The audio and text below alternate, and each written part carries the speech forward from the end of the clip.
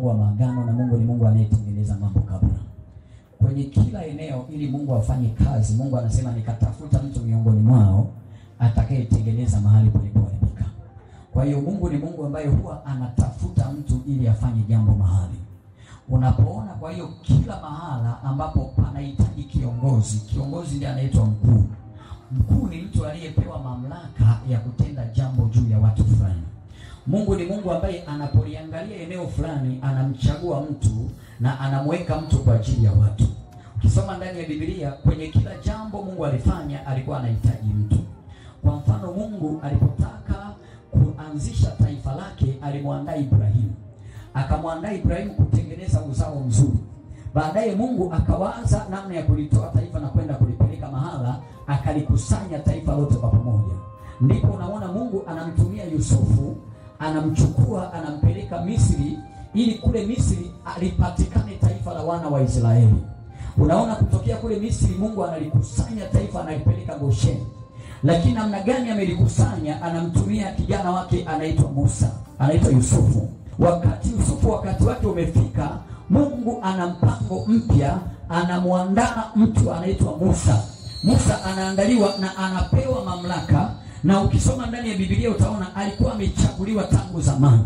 Mungu alishamwandaa tangu zamani, akamweka ndani ya familia tangu zamani, akamtengeneza tangu zamani, akamweka karibu na familia ya adui yake ili itakapofika mahali Musa asipate shida ya kumshambulia adui yake.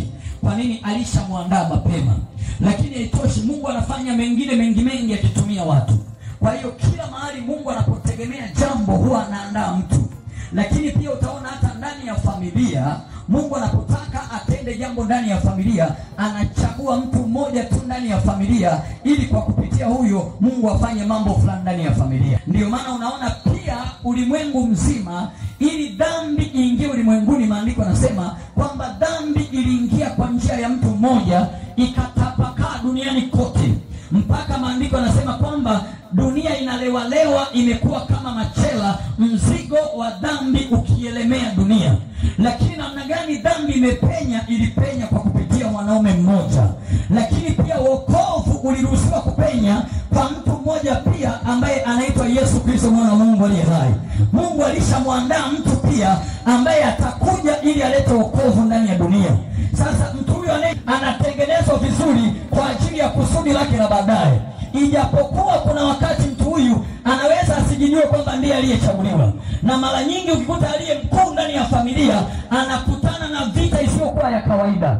Kwa nini? Kwa sababu shetani pia anafahamu kwamba akiondolewa huyu, hii familia haiwezi kuendelea vizuri.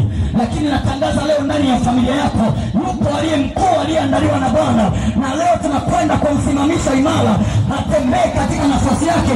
Kama ni yeye ndiye atakayewapa chakula ndani ya familia, leo tunamuinua ili awape chakula ndani ya familia.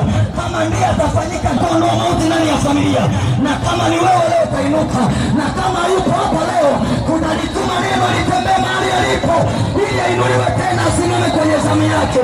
Anayeamini sema amina. Pigie Bwana Yesu makofi yaliyoshiba. Hebu mwangalie mtu aliyekaa naye, mwambie nani mkuu ndani ya familia yenu. Muulize nani mkuu ndani ya familia yenu. Muulize vizuri, mtikise kama anang'ang'aa macho, muulize ni nani mkuu ndani ya familia. Mwambie ambaye familia inapokosa majibu, mnamhitaji yeye aitwe kikao, haongee neno na neno lake lifanyike msaada ndani ya familia. Ninatangaza kama wapo wakuu mahali wa kipepo, leo tunawashusha chini na tunainua mkuu aliyepangwa kutoka mbinguni atakayesimama kwa ajili ya hatima ya familia.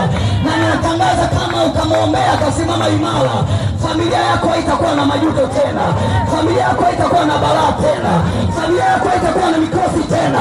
Watoto watasoma na watafika mbali na itainuka imara. Nasema jambo hilo liwezekane kuanzia leo na siku zijazo kwa jina la Yesu Kristo. Sema amina. Pigie Bwana Yesu makofi mazuri sana. Sasa nikuoneshe ndani ya Biblia kwamba kuna watu wanachaguliwa kuwa wakuu. Nikuoneshe maandiko sasa, hawa wakuu wanakumbana na vita